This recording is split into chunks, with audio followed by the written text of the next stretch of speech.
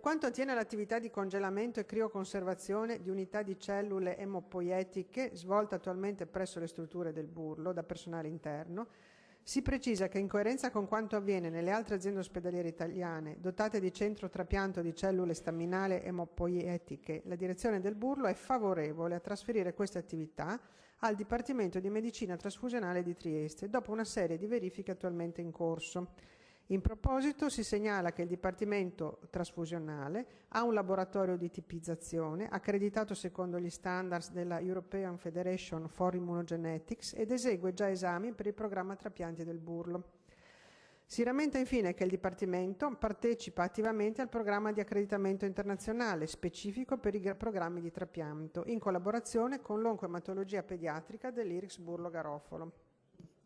Ciò detto, desidero rassicurarla, consigliere Ossai, sul fatto che l'IRCS Burlo non rischia assolutamente un declassamento. Ci stiamo anzi attivamente impegnando per garantirgli prospettive di sviluppo e di eccellenza basate il più possibile sulle peculiarità del mandato di un istituto pediatrico.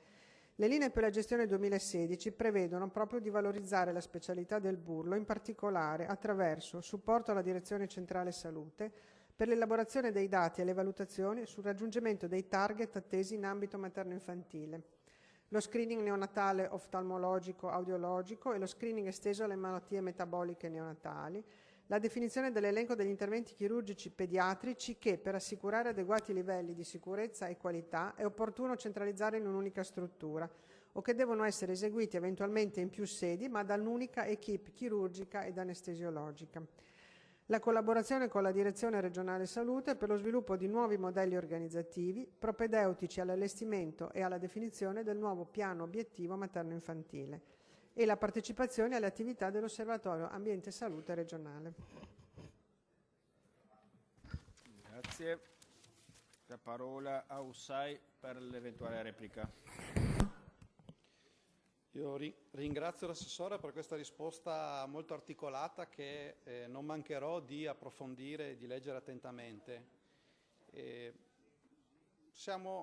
Questa risposta comunque non toglie la nostra preoccupazione, perché in realtà non mi ha risposto o mi ha risposto solamente in maniera parziale rispetto a quello che erano i rischi paventati anche dai professionisti che hanno scritto dei comunicati nei giorni scorsi. Penso ad esempio alla strumentazione point of care e ai dati che vengono forniti e che poi dovranno essere validati da qualcuno, ed era in caso di emorragie, in caso di leucemie infantili, erano stati paventati dei rischi per le persone che sono state sentite. L'assessore dice che c'è un gruppo di lavoro che ha dato, e c'è la direzione che ha avallato questo piano di riorganizzazione. Io ricordo però che spesso le figure che vengono messe lì nella direzione o nel comitato di indirizzo sono nominate dalla politica, per cui ci sono anche esponenti del PD nel comitato di indirizzo, per cui c'è un parere tecnico, però c'è anche una vicinanza politica che non so quanto sia indipendente rispetto a poi le scelte che verranno fatte. Dopodiché l'assessore ha risposto puntualmente per quanto riguarda la crioconservazione, dicendo che questa attività non verrà più fatta da personale dell'IRCS ma verrà fatta dal personale dell'azienda ospedaliera. Ecco, io ho qui una lettera del Ministero della Salute di qualche anno fa, quando già si era incominciato a trasferire, qua si parlava della parte iniziale sul trasfusionale, e in questa lettera il Ministero specifica che se va bene trasferire l'attività di routine, non va bene esternalizzare l'attività di alta specialità, tra cui anche la crioconservazione delle cellule staminali. Io capisco che si vuole anche efficientare, magari si vogliono ridurre i costi, però non si può parlare di miglioramento della qualità e non si può dire che non c'è il rischio di declassamento, quando il Ministero aveva sollecitato il mantenimento in capo all'IRCS e al personale dell'IRCS di queste attività. Infatti, io mi sono letto anche bene il piano attivo ospedaliero e non trovo l'organizzazione dei laboratori sotto il miglioramento della qualità, lo trovo sotto spending review, per cui come obiettivi sicuramente economico-finanziari, e come riorganizzazione del personale, perché mi risulta che dai 19 dipendenti circa 9 saranno spostati e sicuramente verranno messi da qualche altra parte a fare il loro lavoro.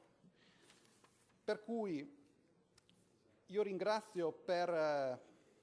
la risposta all'assessore e vorrei dire però che non mi rassicura per niente e anzi mi preoccupa il fatto che vengano ascoltati magari i primari, vengono ascoltati naturalmente i dirigenti che vengono nominati dalla politica e spesso, secondo me, non vengono ascoltati i medici o i tecnici che lì ci lavorano. E vorrei concludere il mio intervento citando 2 righe che ho letto rispetto a una dichiarazione, quindi di un parere tecnico esposto da una persona che lì ci ha lavorato.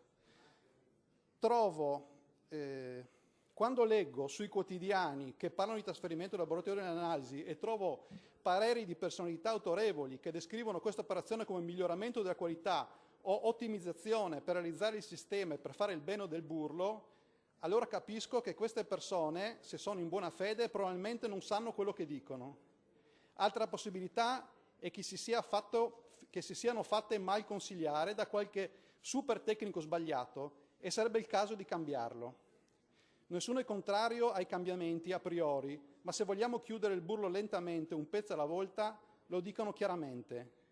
ma non lo facciano passare per un miglioramento. Siamo di fronte ad un'evidente mistificazione delle realtà.